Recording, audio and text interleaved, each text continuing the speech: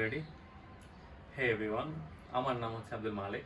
আমি বর্তমানে যশোর বিজ্ঞান ও প্রযুক্তি বিশ্ববিদ্যালয়ের টেক্সটাইল ইঞ্জিনিয়ারিং বিভাগের থার্ড ইয়ার পড়াশোনা করতেছি, অবশ্যই পাবলিকিয়ান। তবে এই পাবলিকিয়ান শব্দটা আমার পিছনে এই সহজভাবে লাগে না। আমার জার্নিটা আমি যদি শুরু করি, একদম শুরু থেকেই আমি মাদ্রাসায় পড়াশোনা করেছি। মেইনলি ক্লাস 1 থেকে 5 পর্যন্ত কমি মাদ্রাসায় পড়াশোনা করেছি এবং তারপরে আলিয়াতে শিফট হয়েছি, সেখানে 9 পর্যন্ত পড়াশোনা করেছি। অবশ্যই 8 পর্যন্ত একটা মাদ্রাসায় পড়াশোনা করেছি, তারপরে 9-এ যখন সায়েন্স নিব জোর করে নেওয়াইছে আর কি। তো সায়েন্স নিতে শাহজালাল জামিয়ায় ভর্তি হইলাম। ওইখানের পরিবেশ আমার কাছে খুবই খারাপ লাগতো। কেন জানি আমি 9টার দিকে ঢুকলে আমি আর আকাশ দেখতাম না 4টার আগ পর্যন্ত। মানে এত অবস্থা খারাপ আর কি। তো ওই পরিবেশে আমি পড়াশোনা করতে পারি নাই। অবশ্যই আমি পড়াশোনা করিও না, আমি করতামও না। খারাপ অবস্থা ছিল আমার আগে থেকেই। তো এখানে ক্লাস 9-এ আমি 3বার ফেল করি। এই যে first term, second term, third টার্মে আমি 3বার ফেল করি, 4টা সাবজেক্টে ফেল করি। তারপর বাপ রাগ করে আমারে ওনার সাথে কাজে নিয়ে গেছে। আমার বাপ রাজমিস্ত্রি কাজ করতো, তো ওনার সাথে কাজে নিয়ে গেছে। লেবারের কাজ করছি, প্রায় 6 মাসের মতো করছি। এরপর আমার মনে হয়েছে যে আমি আর পড়াশোনা করবো না, পড়াশোনা বাদ দিয়ে দিছি। পরে একদিন আম্মা আসলো, আম্মা এসে বললো যে নানা বাড়ি চলে যাও, এখানে ভর্তি হও। তো চলে গেলাম নানা বাড়ি। ওইখানে গিয়ে স্কুলে ভর্তি হইলাম, খোলাবান্ডে দেখলাম ফ্রেন্ডরা কাজে লাগছে।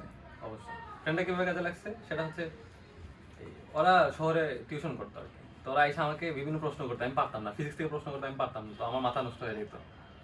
তো আমি পড়াশোনা করতাম, ফিজিক্স শেষ করলাম এভাবে। কেমিস্ট্রি আমাকে এই মিথেন প্রোপেন বিউটেন ওগুলো উল্টাপাল্টা বলতো, তো আমার মাথা ঘুরতো। তো এইভাবে কেমিস্ট্রি শেষ করলাম আর কি। জেদ, মোটামুটি জেদই কাজ করছে পড়াশোনা করতে। তো এইভাবে আস্তে আস্তে পড়াশোনার ভিতরে ঢুকে গেছি আর কি। তারপর ওই স্কুল থেকেই বিভিন্ন জায়গায় বিজ্ঞান মেলায় গেছি, উপজেলা, জেলা, জাতীয় বিভিন্ন পর্যায়ে বিজ্ঞান মেলায় গেছি, বিজ্ঞান অলিম্পিয়াডে গেছি, সেখানে ভালো ভালো প্রত্যেক সময় কোনো না কোনো একটা স্থান অর্জন করেছি আর কি। তারপর ডিবেট করা শুরু করছিলাম, ন্যাশনাল সব জায়গায় ডিবেট করতাম গিয়ে। ডিবেটেও ভালো ছিল আর কি সব কিছু আবার। তো এভাবেই জার্নিটা শুরু হয়।